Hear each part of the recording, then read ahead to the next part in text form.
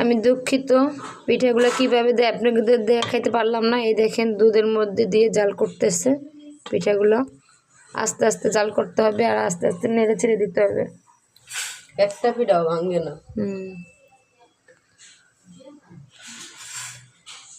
এই সকালের নাস্তা করলাম কি দিয়ে দেখেন, এই যে ডিম দিয়ে আলু আর টমেটো দিয়ে রান্না। এই তরকারিটা আমার অনেক পছন্দের, আর টমেটো ভাজি। এই যে আজকে সকালের নাস্তা এইগুলো ছিল। কেমন হয়েছে অবশ্যই কমেন্ট করে বলবেন। আজকে দুপুরে সিম্পল খাবার, যে আলু সেদ্ধ, আলু ভর্তা করব না, এর মধ্যে ডাল নেব, আর এই যে ধনেপাতা ভর্তা আর লাউ শাক ভাজি। কেমন হয়েছে আজকে সিম্পল খাবার অবশ্যই কমেন্ট করে বলবেন।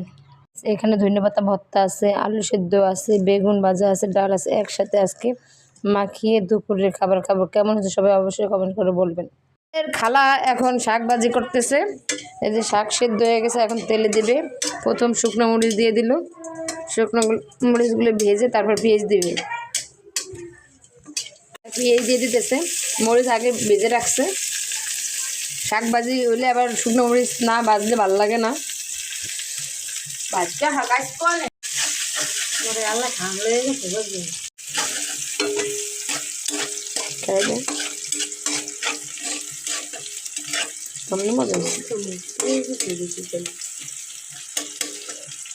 এই দেখেন বাগার দেওয়ার আগে, তেলে দেওয়ার আগে আমরা খেয়ে ফেলতেছি শাক।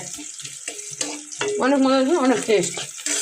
তেলে দেওয়ার আগে অনেক টেস্ট, আর তেলে দিলে কী হবে ভাইরা বলে না অবশ্যই কমেন্ট করে বলবেন। পেঁয়াজ ভাজা হয়ে গেছে, যে শাকগুলো দিয়ে দিতেছে। দেখেন খালা শাক ভাজি করতেছে আর আমরা যে চানাচুর খেতেছি। খালার হাতে রান্না যে এত মজা, আপনারা খাইলে বসতে পারছেন। গুলো এখন গুঁড়ি করে শাকের মধ্যে দিয়ে দিতেছে, যেন ঘেরান আসে ভালোভাবে।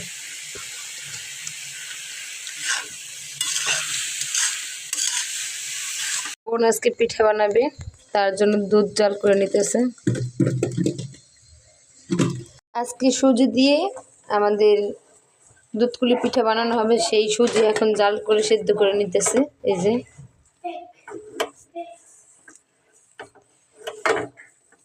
এগুলো আস্তে আস্তে জাল করতে হবে আর লাড়তে হবে, নাহলে একদম জলে ধরে দেবে, সেদ্ধ হবে না। পানি লাগবে আরো না, আর পানি লাগবে না, আস্তে আস্তে সেদ্ধ হয়ে যাবে। কি বেশি ছিল লবণ? লবণ বেশিছে আড়াই। খাইয়ে টেস্ট করে দাও। খাই টেস্ট করে দিই কেমন আছে। ওরা যে পিঠা কাটতেছে আমরা ছোট বোন।